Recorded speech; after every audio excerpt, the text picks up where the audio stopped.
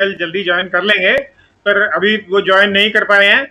पर संख्या जो लोग आ चुके हैं ऑनलाइन, उनकी इतनी है कि हमें अब और इंतजार नहीं करानी चाहिए। मैं अपने वरिष्ठ साथी और दैनिक ट्रिब्यून के पूर्व समाचार संपादक श्री जितेंद्र अवस्थी से निवेदन करूंगा कि वो सहगल जी का परिचय दें और दैनिक ट्रिब्यून के साथ हम सबका जो संग रहा, जो हम लोगों ने उस संघर्ष का समय देखा और उसको जिस लंबी यात्रा में हम लोग शामिल रहे, उसके बारे में एक चर्चा करें। धन्यवाद साहब। सबसे पहले तो मैं उन महान पत्रकार और लेखक श्री विजय सहगल को याद करता हुआ उन्हें स्मरणांजलि प्रस्तुत करता हूँ। आज का दिन ऐसा है, कल से उनकी बहुत याद आ रही थी। बाकी सभी सज्जन वृंद, सहगल साहब ने उस समय पत्रकारिता शुरू की थी और लेखन शुरू किया था जब हम लोग कॉलेज में पढ़ रहे थे। वीर प्रताप में पहले वे डेस्क पे रहे, बाद में उन्हें शिमला भेज दिया गया। तो शिमला में उन्होंने रूटीन समाचारों के अलावा कुछ अलग से हट करके पत्रकारिता की शुरुआत की, जिससे अखबार का तो नाम हुआ ही, विजय सहगल जी भी का नाम भी एक लीक से हटकर और ज्यादा श्रम करने वाले पत्रकारों में की जमात शामिल हो गया। शिमला में उनका सबसे पहले ये माल रोड पे की हलचल लिखते थे, वो एक कॉलम लिखते थे माल रोड की हलचल। उसमें आजकल क्या फैशन में चल रहा है, क्या पसंद करती हैं आदमी, लोग क्या पहन रहे हैं, या उसका जो दिन रात कैसे हैं माल रोड की जिंदगी, उसके बारे में तबसरा होता था। उसके बाद जब भारत और पाकिस्तान का शिमला समझौता हुआ, तो पाकिस्तान से जुल्फिकार अली भुट्टो के साथ बेटी बेनजीर भुट्टो भी आई हुई थी। तो बेनजीर भुट्टो के बारे में रोज अलग अलग समाचार कहाँ घूम रही हैं, क्या खाती हैं, क्या पीती हैं, किससे मिलती हैं, सारी एक बड़ा आकर्षक सा वो एक जो समाचार सब मिलने को पढ़ने को मिलती थी। वीर प्रताप का क्योंकि उस वक्त काफी नाम था और हिमाचल में तो ये था, तो हिमाचल में इसकी एक और छाप बनी इस अखबार की और सहगल साहब की भी। बेनजीर भुट्टो चली गई, चर्चाएं जारी रही।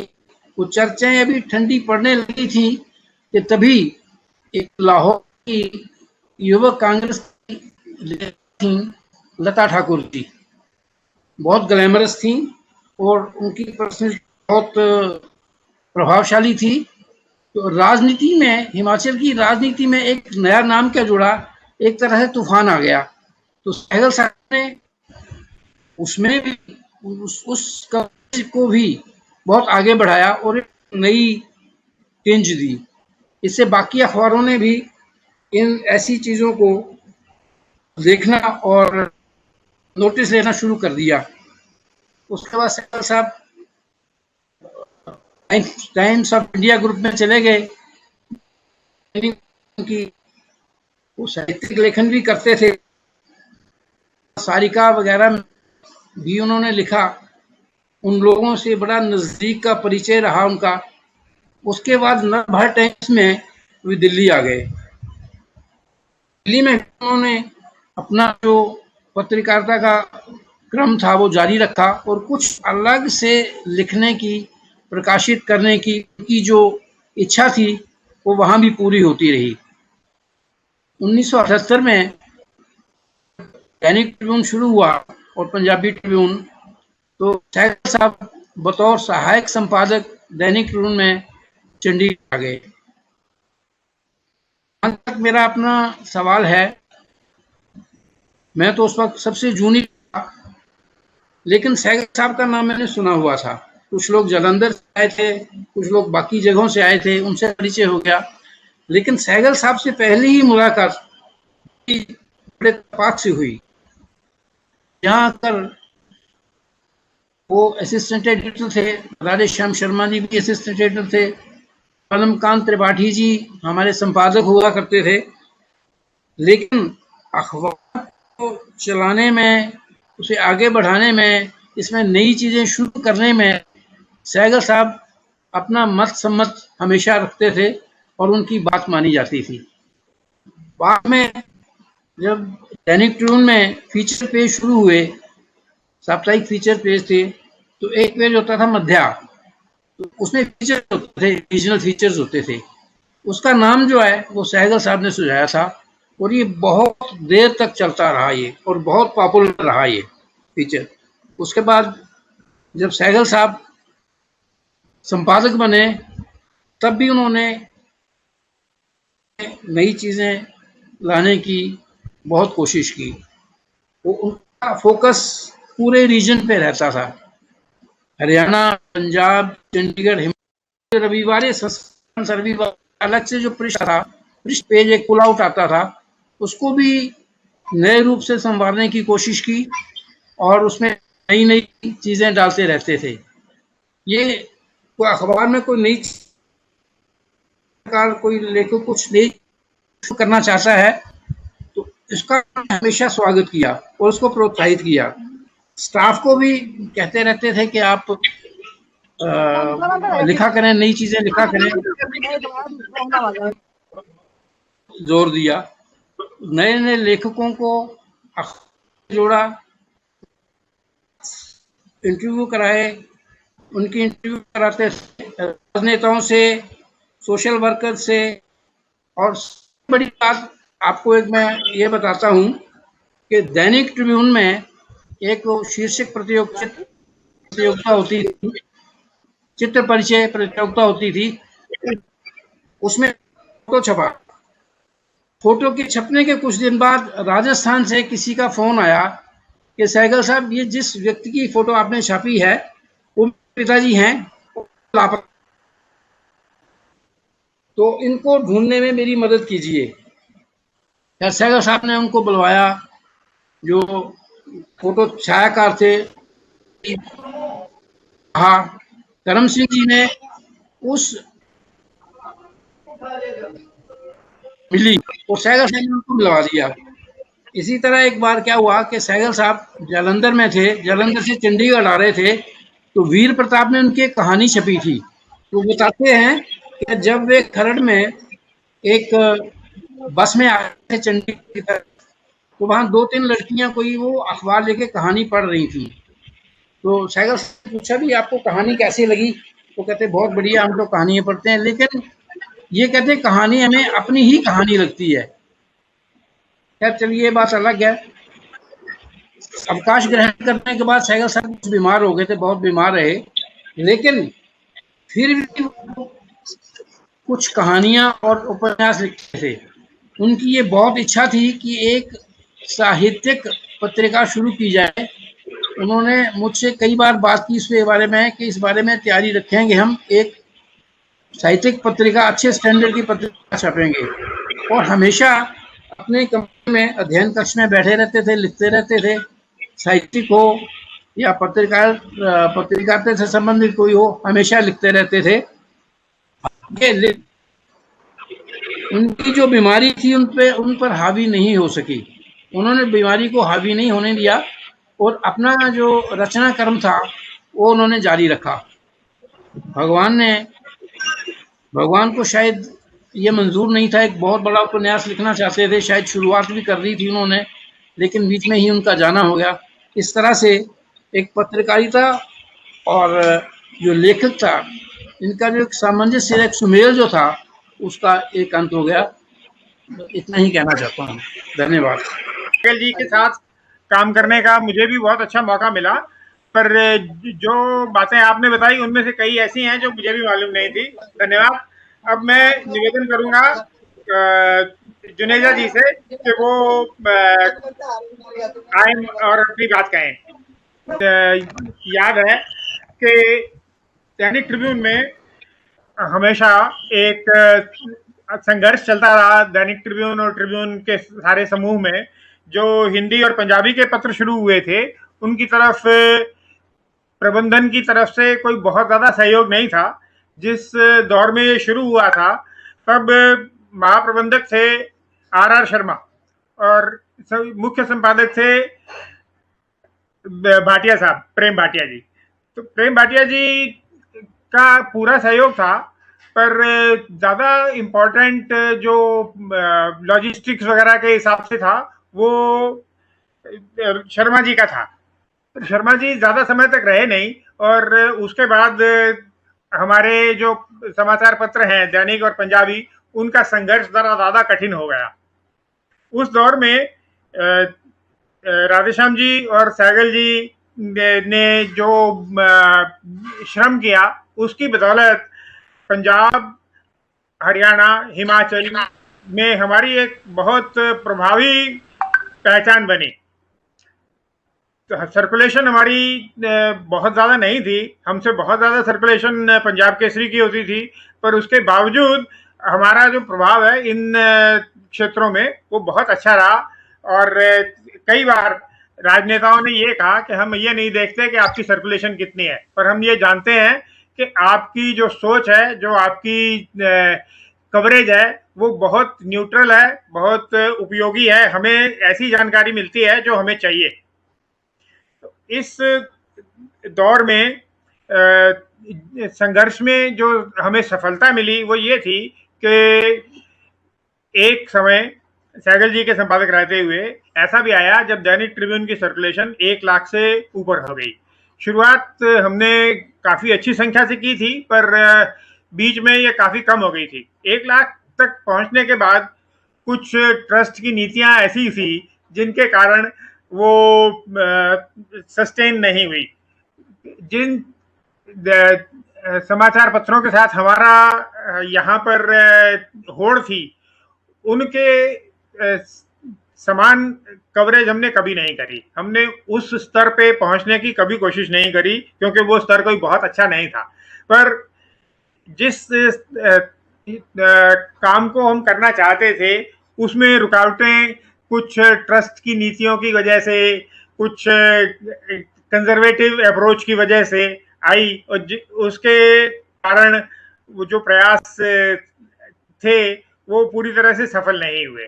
उसके बावजूद आज भी पंजाब, हरियाणा, हिमाचल में दैनिक ट्रिब्यून की एक बहुत अच्छी पहचान है, और उसमें एक बहुत बड़ा योगदान सहगल जी का है, क्योंकि आज तक दैनिक ट्रिब्यून के ये लगभग 40 साल हो चुके हैं, और इस अवधि में सबसे ज्यादा समय तक 12 साल तक विजय सहगल जी दैनिक ट्रिब्यून के संपादक रहे, और कोई भी संपादक इतने समय तक नहीं रहे। और इस कारण से ये कहना गलत नहीं होगा कि इसमें उनका बहुत बड़ा योगदान था। मेरे साथ उनके संबंध पहले से बहुत अच्छे थे, और उनके संपादक पद छोड़ने के बाद भी मेरा उनके साथ लगातार बहुत अच्छा संपर्क रहा। मुझे उनका आशीर्वाद, उनकी सद्भावना हमेशा मिलती रही, और इस कारण से मुझे बहुत प्रसन्नता है ये कहने में कि मैंने उनसे जो सीखा और जो उन्होंने किया, उसके लिए मैं ईश्वर का आभारी हूँ, ईश्वर को धन्यवाद देता हूँ। अब मैं निवेदन करूंगा सहगल जी के सुपुत्र अतुल जी से कि वो उन अपने पारिवारिक जीवन में उनकी जो भूमिका है, जो उनका मार्गदर्शन है, जो पिता का स्नेह है, उसके बारे में हमें जानकारी कुछ दें। है कि जगजीत सिंह जी अभी हैं हमारे पास। हाँ, उनसे रिक्वेस्ट कर सकते हैं आप, जगजीत सिंह जी के। जगजीत जी। हाँ, नमस्कार जी। नमस्कार। विजय सहगल जी के साथ, हेलो, आवाज आ रही है ना? हाँ, बिल्कुल आ रही है। हेलो, विजय सहगल जी के जन्म दिवस पर उनसे जुड़ी मेरी सभी स्मृतियां ताजा हो गई हैं आज। मेरा उनके साथ काफी लंबे समय से परिचय रहा। उनका जिज्ञासु हंसमुख चेहरा जीवित महसूस हो रहा है। उनकी पत्रकारिता के क्षेत्र में जो उत्तर भारत का विशेष स्थान था। विजय में प्रबुद्ध सामाजिक सरोकारों से प्रतिबद्ध कर्मठ पत्रकार थे। उनके कार्यकाल में दैनिक ट्रिब्यून ने नई ऊंचाइयां छुई। मैं उनके साथ कई बार उनके पैतृक गांव में गया और वो भी मेरे पैतृक गांव में कई बार मेरे साथ गए। हम कई धार्मिक स्थानों पर भी एक साथ इकट्ठे गए, परिवार के साथ गए। और जब भी हम कभी भी किसी किसी स्थान पे जाते थे तो रास्ते में बच्चों के साथ वो बच्चों की तरह अपनी पुरानी बातें याद करते थे और वो अपना सारा पीछे की बातें बताते थे। उनके बाबूजी के साथ भी मेरे बड़े अच्छे संबंध रहे। मैं स्पातू कई बार गया, अकेला भी गया बाबूजी के पास। उनके परिवार का हर जो भी समारोह, ब्याह, शादी कोई भी हुई तो मैं उनके साथ रहा। हर तरह की समस्याएं वो मेरे से डिस्कस करते थे और बच्चों के साथ हमारा परिवार का काफी अच्छा संबंध रहा। और आज के दिन बच्चे जहाँ जहाँ हैं उनके साथ समय समय पर मुलाकात होती रहती है। उनका जो निजी जीवन था वो बड़ा सादगीपूर्ण था। और उनके आपस के जो रिलेशन थे सभी लोगों के साथ, मैंने ये देखा है कि वो जब वो रिटायर हो गए उसके बावजूद भी उनके सबके साथ ऐसे संबंध रहे जैसे एक परिवार का एक सदस्य के होते हैं। उसने बड़े भाई की तरह मुझे प्यार दिया।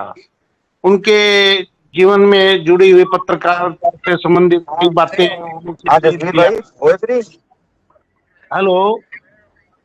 युवा पत्रकारों के लिए उन्होंने आदि पत्र स्थापित किया है जो उत्तर भारत में युवकों के लिए आज भी मार्गदर्शन बनता है।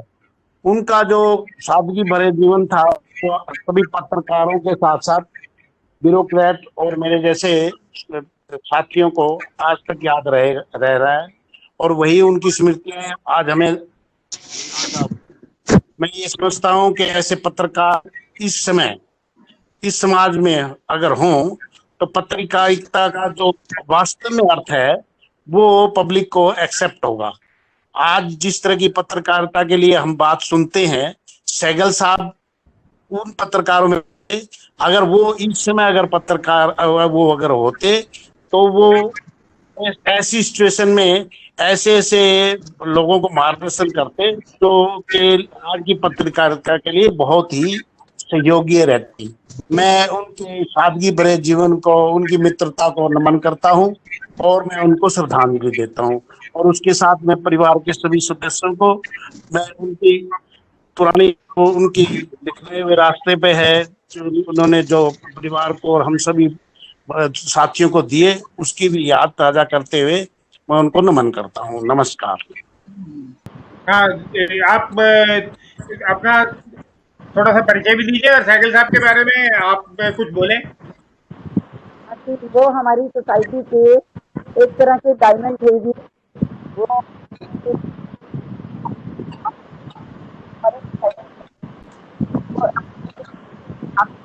सोसाइटी बहुत अपना बोलने का तथा बात करते थे।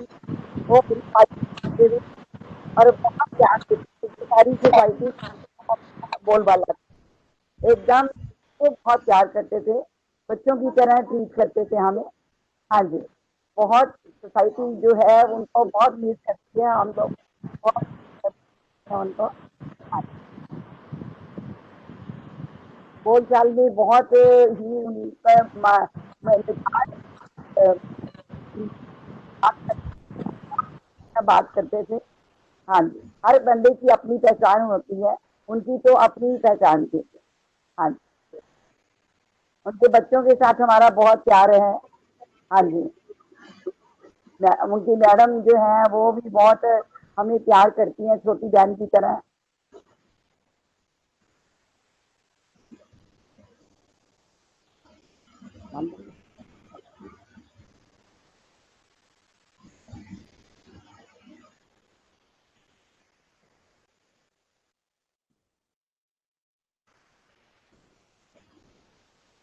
नमस्कार जी।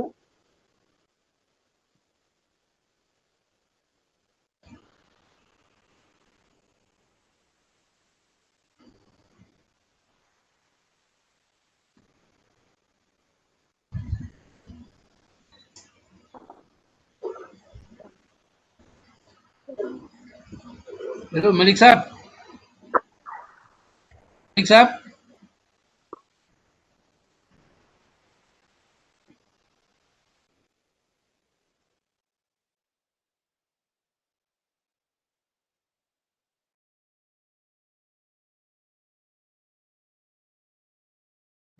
मैं शशिकांत जी से निवेदन करता हूं, जो शिमला में दैनिक ट्रिब्यून के लंबे समय तक संवाददाता रहे और अब हिमाचल प्रदेश विश्वविद्यालय में पत्रकारिता विभाग में है।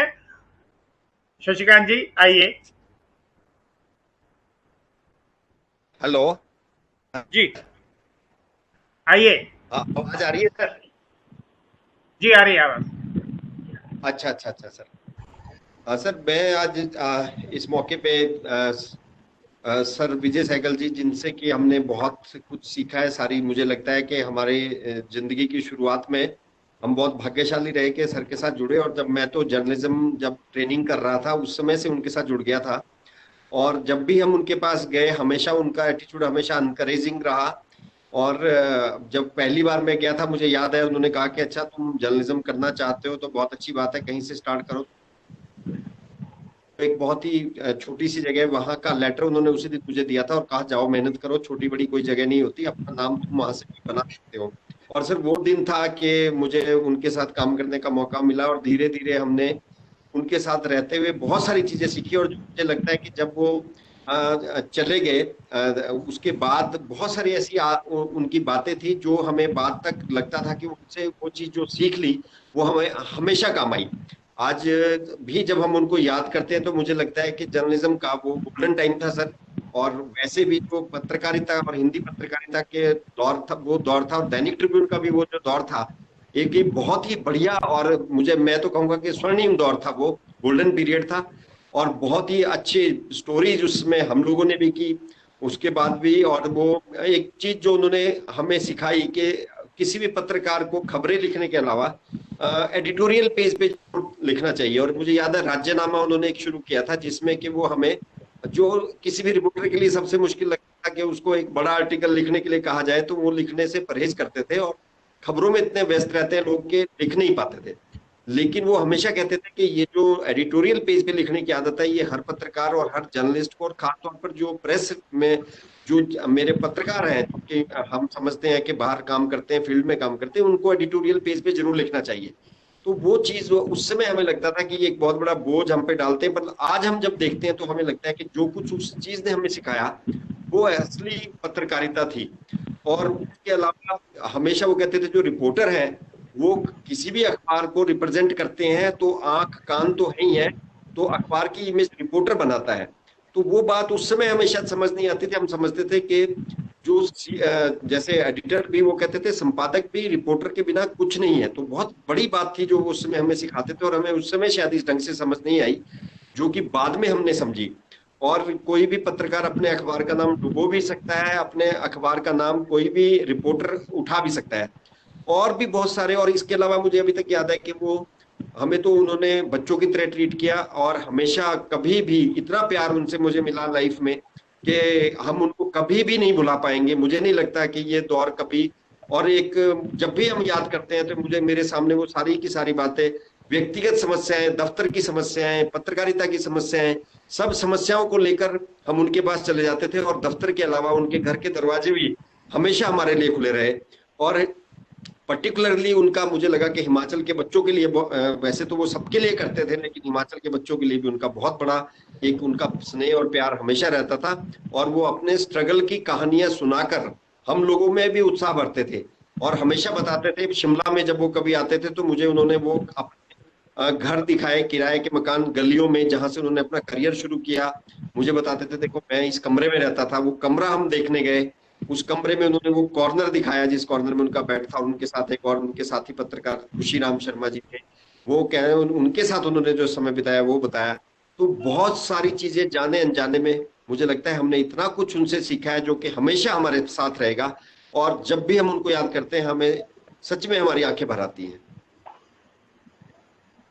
धन्यवाद। धन्यवाद शशिकांत जी। आदरणीय विजय सहगल जी के जन्म दिवस के अवसर पर हम सब लोग उनके परिवार के साथ मिलकर के उनकी स्मृति में कुछ अपनी यादें ताज़ा कर रहे हैं, और उसी बहाने हम आज आपस में मिलने का भी और आपस में संवाद करने का भी एक अवसर मिल रहा है। सहगल जी के पुत्र और आदरणीय भाभी जी भी हमारे इस संवाद में उपस्थित हैं। बर्थडे है आज, उनका जन्म दिवस है। तो सहगल जी की पत्रकारिता के बारे में अभी तक सबने कहा, प्रोफेशनली वो एक पत्रकार थे, कोई उसमें कोई शक नहीं है। परंतु वो कैसे पत्रकार थे, मैंने उनको उनकी 3 चीजें पत्रकारिता के नाते ऑब्जर्व की। मैंने देखा कि वो किस प्रकार के पत्रकार थे। पहला, उनका मन बड़ा विशाल था। वो एक मन में, उनके मस्तिष्क में, उनकी सोच में व्यापकता थी। कोई वहां पर कोई सीमाएं नहीं बांधते थे सोचने के लिए, लिखने के लिए और बोलने के लिए। उसी के कारण से जो दूसरी बात उनकी पत्रकारिता की थी वो तटस्थ थे। आपने देखा होगा कि उनके जो संपादन के कार्यकाल में, उसके बाद भी वो कुछ समाचार पत्रों के लिए लिखते रहे, संपादकीय भी लिखते रहे। उनके लेखन में जो बड़ी एक विशिष्ट बात थी वो उनकी तटस्थता थी। वो अपने मित्रों की गलतियों को भी टोकने से नहीं चूकते थे। राजनीतिक क्षेत्र में उनके बहुत मित्र थे, सभी शेड्स के मित्र उनके थे, सभी पार्टियों के मित्र, सभी विचारों के मित्र उनके थे और बराबर थे। परंतु जो उनके बहुत अच्छे घनिष्ठ मित्र थे, अगर उनकी कोई बात अनुचित लगती थी, किसी पार्टी की अनुचित बात लगती थी, उसको वो तटस्थता से लिखते थे, ऑब्जेक्टिवली लिखते थे, एनालाइज करते थे। इसीलिए मैंने देखा कि बहुत से जो सार्वजनिक क्षेत्र में कार्यकर्ता, राजनीतिक क्षेत्र के कार्यकर्ता और नेतागण, वो उनसे परामर्श भी लिया करते थे। तीसरी बात तो जो थी वो उनका जो भाषा पर एक अधिकार था।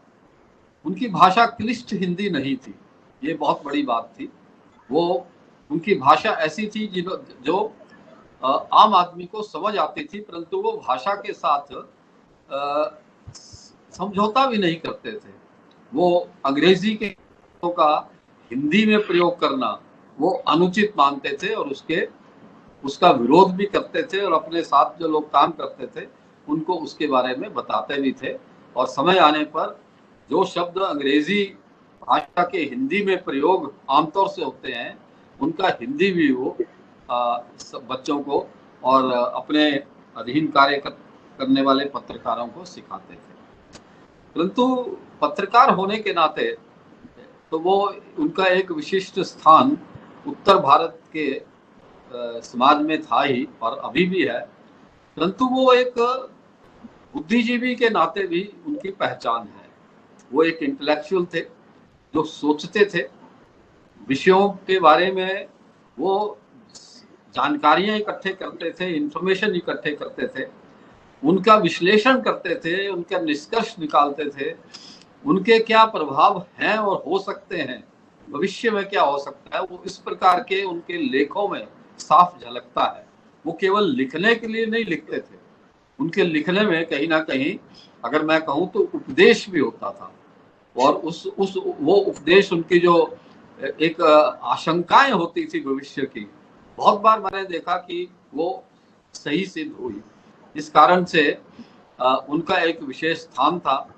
और तीसरी बात जो मेरे साथ जो मेरा व्यक्तिगत हुआ, वो एक बहुत अच्छे मित्र थे, एक बहुत अच्छे मनुष्य तो थे ही, बहुत अच्छे मित्र थे, मिजाज थे, हर स्थिति में वो खुश मिजाज रहते थे। मेरा उनसे परिचय 1995 में हुआ, जब कुरुक्षेत्र में हमने एक संगोष्ठी में, ग्रामीण पत्रकारिता की संगोष्ठी में उनको बुलाया, हमारा वहाँ से परिचय हुआ और लगातार वो कई वर्षों तक रहा। मैं जहाँ जहाँ गया, मैंने पत्रकारिता की शिक्षण किया, वहाँ वो आए और धीरे धीरे क्या हुआ कि हमारा पारिवारिक संबंध हुआ, हमारे परिवार में वो आने जाने लगे, हमारे बच्चों से उनका स्नेह हुआ, हम उनके परिवार में जाने लगे, बच्चों से हमारा मिलना जुलना हुआ और हम एक दूसरे की खुशियों में और चिंताओं में हम सहभागी हुए।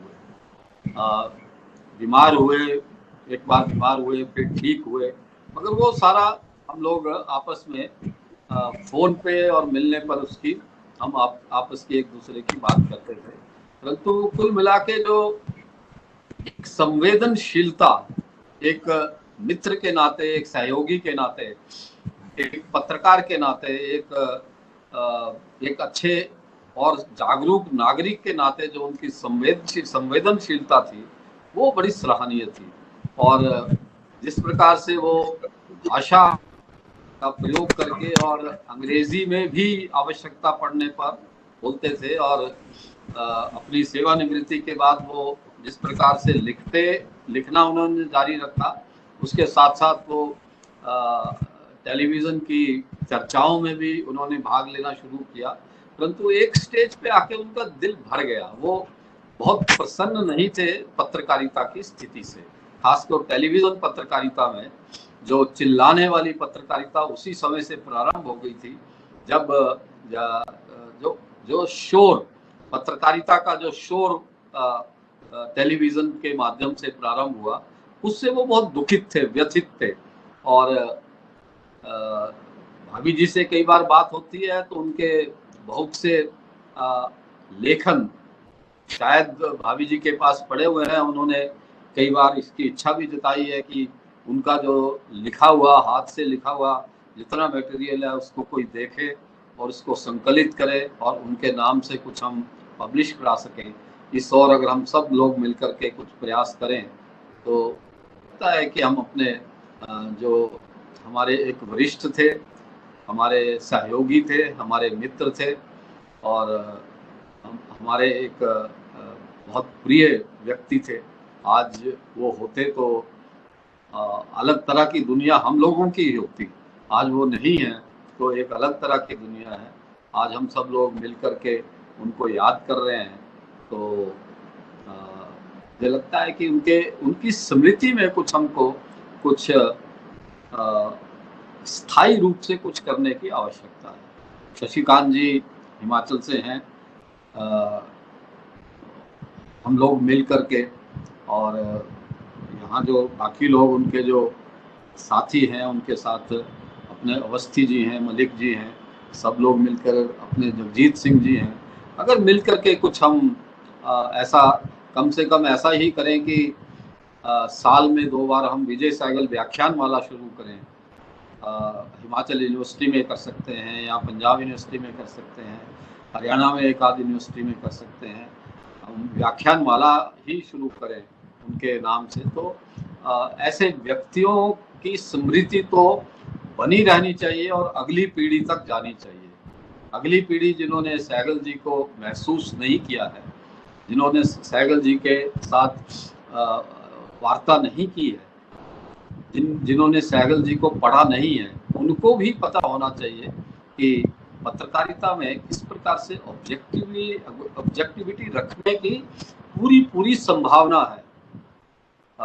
पक्ष लेना कठिन है और निष्पक्ष रहना बहुत आसान है। ये शायद आज के न केवल पत्रकारिता के परंतु आज के बुद्धिजीवियों को, इंटेलेक्चुअल्स को भी समझने की आवश्यकता है कि समाज में एक बहुत बड़ी स्पेस होनी चाहिए, बहुत बड़ा स्थान होना चाहिए ऐसे लोगों का जो उचित को उचित और अनुचित को अनुचित कहें, बिना इस को ध्यान में रखे हुए कि उससे कौन प्रसन्न होना होगा और कौन जो है उससे नाराज होगा। ये जो तटस्थता वाला, निष्पक्षता वाला जो विषय है आज समाज में थोड़ा कम होता जा रहा है, लगभग शून्य होता जा रहा है। और उसके जो प्रतिनिधि के रूप में हमारे विजय सहगल जी, राधे श्याम जी शर्मा ऐसी महान हस्तियां थी, उनको कहीं ना कहीं हमें अपनी स्मृति में रख करके और आगे की पीढ़ी तक पहुंचाने का प्रयास करना चाहिए। एक बार मैं फिर अपने मित्र विजय सहगल जी की स्मृति में मैं आप सबको धन्यवाद करता हूं कि आप सब लोग आए और इसकी बातचीत की। और अन्य अभी भी कुछ लोग जो उन्होंने अपने विचार, अपनी भावनाएं की सहभागिता नहीं की है, अतुल जी को भी अगर बोलना चाहें तो बोलना चाहिए, और भाभी जी भी थोड़ा अगर बोलेंगी तो हम सब लोग को बड़ी प्रसन्नता होगी। नमस्कार। मलिक साहब। धन्यवाद मलिक साहब जी। हाँ मलिक साहब, दो बातें करना चाहूंगा जी मैं। आइए जी, कौन है जी? साहब ने सहगल साहब के बारे में जो कुछ भी कहा, तो ये लगता है कि उन्होंने, कुठियाला साहब ने सहगल जी के व्यक्तित्व को, उनकी पत्रकारिता को कितने नज़दीकी से देखा और उसका विश्लेषण किया है। ऐसे दोस्त और मिलने बहुत कठिन है। और जो उन्होंने 3-4 जो बातें कही, बहुत अच्छी बातें कही हैं संक्षिप्त में, तो मतलब ये बातें सारी याद रही हैं। तो उनका जो ये कहना था कि सहगल साहब की स्मृति में कुछ स्थायी करने की ज़रूरत है, हम सब लोगों को इस बात पर ध्यान देना चाहिए और परिवार से मिलकर कुछ अगर स्थायी कर सकें तो करना चाहिए। बाकी शशिकांत जी हैं, अगर विश्वविद्यालय में या कुठियाला साहब खुद भी हरियाणा में या पंजाब में सहगल साहब की स्मृति में कुछ ऐसा आयोजन कर सकें तो बहुत होगी। धन्यवाद। धन्यवाद प्रोफेसर कुठियाला साहब। आपने सहगल जी के विश्लेषण में जो गहराई शामिल की है, उससे हम सभी का ज्ञान बढ़ा है। और मैं समझता हूँ कि जो आपका संदेश है, उनके विरासत को संभालने का, उनके बारे में एक सार्वजनिक मंच पर दोबारा चर्चा करने का, कुछ प्रकाशन करने का, वो संभव हो तो बहुत अच्छा रहेगा। अब मैं निवेदन करूंगा अतुल सहगल जी से, वो सहगल जी के बड़े सुपुत्र हैं और आजकल नोएडा में होते हैं। मैं उनसे निवेदन करूंगा कि आए और इस कार्यक्रम को परिवार की तरफ से समाप्त करने के लिए अपने शब्द हमारे साथ साझा करें। जी धन्यवाद अशोक मलिक जी, आप सबका बहुत बहुत धन्यवाद। मैं क्षमा चाहूँगा क्योंकि पहले आपने जब अनाउंस किया कि मुझे बोलना है, लेकिन मेरी एक कोई दूसरी अर्जेंट मीटिंग थी जो पहले से शेड्यूल थी, तो उसको मैंने अभी स्थगित किया है, तो मैं वापस इस मीटिंग में आया हूँ। सबसे पहले इस बहुत बहुत धन्यवाद कुठियाला जी का, अशोक मलिक जी का और अवस्थी जी और सभी दोस्तों का कि इस जन्म तिथि पर आपने एक टाइम निकाला और इस कोविड सिचुएशन में एक अलग से एक इनिशिएटिव लिया है to keep this Webex on call, which is a very good idea. And am I audible? मैं आपको सब कुछ सुना रहा हूँ? अच्छा, ओके, ठीक है। तो ये आप सबने बहुत अच्छा सब बोला है, which is very true in my father. तो हमारा एक्सपीरियंस हमारी तरफ से भी हमारे लिए तो बहुत बड़ा लॉस है। साथ ही साथ मुझे समझ में ये भी आता है कि ये जर्नलिज्म के लिए भी एक बहुत बड़ा लॉस था। लेकिन आप सब ने जिस हिसाब से उनकी जो भी व्याख्याएं की हैं, जो भी उनके संदर्भ में जो बोला है, तो बहुत ही सराहनीय है। इसका बहुत बहुत धन्यवाद। तो निजी जिंदगी में भी मैं आपको ये बताऊंगा कि ज्यादातर जो उनका रिफ्लेक्शन था वो प्रोफेशन की तरफ ही, घर में भी ज्यादा रहता था। जैसा कि एक एग्जांपल मैं बताऊं कि कुछ एग्जांपल मैं आपको बताऊं कि यदि हम वेकेशन पे भी कहीं जाते थे तो he was always ready with his paper, छोटा सा पेपर लेके हम तो अपना घूमते थे और अपना इधर उधर पूरा वेकेशन का मजा लेते थे, लेकिन वो अपने नोट्स लिखने में हमेशा बिजी रहते थे। तो कहने का मतलब ये है कि प्रोफेशन उनको पर्सनल लाइफ में और इवन इन द वेकेशन वो बिल्कुल नहीं छोड़ता था, and he was very particular. And उनका इसीलिए उनका योगदान मैं समझता हूँ कि एक सर्वप्रिय है। और वो किसी भी, और सबसे बड़ी बात ये भी रही है कि वो किसी भी छोटे से छोटे, बड़े से बड़े मुद्दे को उठाने में कोई झिझकते नहीं थे। He was very straightforward. Kutiyala ji ने बोला कि उनके सभी पॉलिटिकल पार्टी से उनके फ्रेंड्स थे, लेकिन जहां जो गलत है वो बिल्कुल भी उचकते नहीं थे और बिल्कुल स्ट्रेट फॉरवर्ड बोलते थे, चाहे उसका कुछ भी हो। और इसी तरह सभी अपने साथियों को और जो ऑफिस के जितने भी लोग थे उनको सबको एक परिवार की तरह लेके चलते थे। जैसे कि जहां भी, जिस शहर में भी वो जाते थे, वो चाहे वो उनके साथ काम कर रहा हो या कर रहा हो पहले से, वो जरूर उसको कॉल करेंगे, उसका हाल चाल पूछेंगे और मिलने की भी कोशिश करेंगे। मुझे नहीं लगता आजकल के प्रोफेशन में किसी के पास इतना टाइम है कि अपना किसी भी वेकेशन पे गए या किसी भी ऑफिशियल टूर पे गए तो आप पुराने सबको फोन करते रहेंगे। इसके अलावा तो ऐसा नहीं कि रिश्तेदारों को छोड़ देते थे, रिश्तेदारों को भी उतना ही फोन करते थे।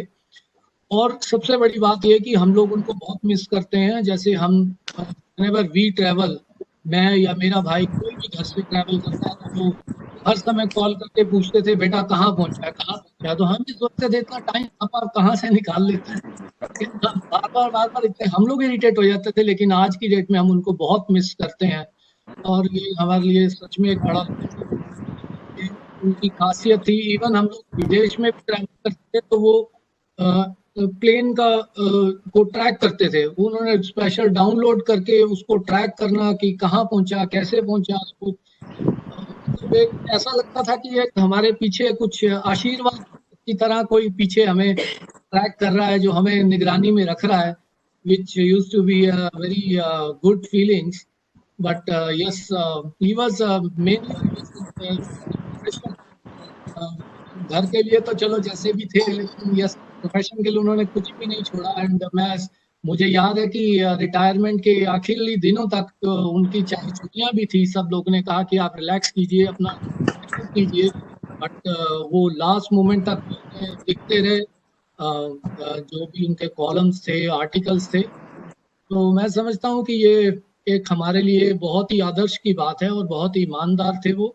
और वही सब हमारे परिवार में भी आगे हमने इसको कैरी ओवर किया है कि काम सबसे पहले है और दूसरा ईमानदारी से बढ़ के कोई चीज नहीं है, और confidence is the main thing. And इसी के साथ मैं आप सबका फिर एक बार धन्यवाद करता हूँ। And it's a very good gesture, although it might have been short notice for some of you guys, but really बहुत बहुत इसके लिए धन्यवाद बोलता हूँ। मम्मी आप कुछ बोलना चाहेंगी? जस्ट आप अच्छा, ये मेरी मम्मी भी है, लेकिन अभी कोविड के चक्कर में वो चंडीगढ़ में है और मैं यहाँ ग्रेटर नोएडा में हूँ, बट हम लोग रोज वीडियो कॉल करते हैं, तो आई थिंक वो हाथ जोड़ के सबका धन्यवाद कर रही हैं। तो फिर से मैं एक बार आप सबको जोड़ के धन्यवाद बोलता हूँ। या ओवर टू अशोक मलिक जी, धन्यवाद।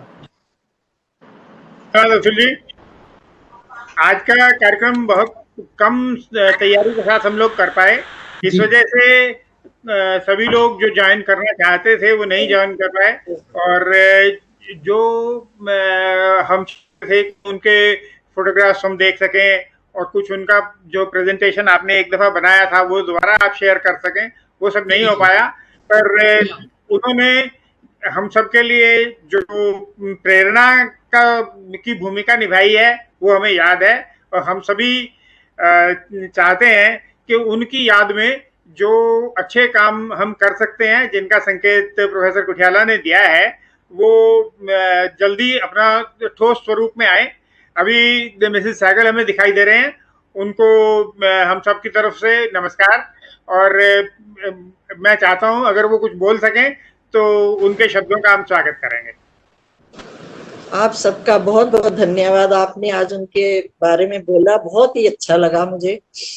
और आप लोग बस धन्यवाद। मैं इतना ही कह पाऊंगी।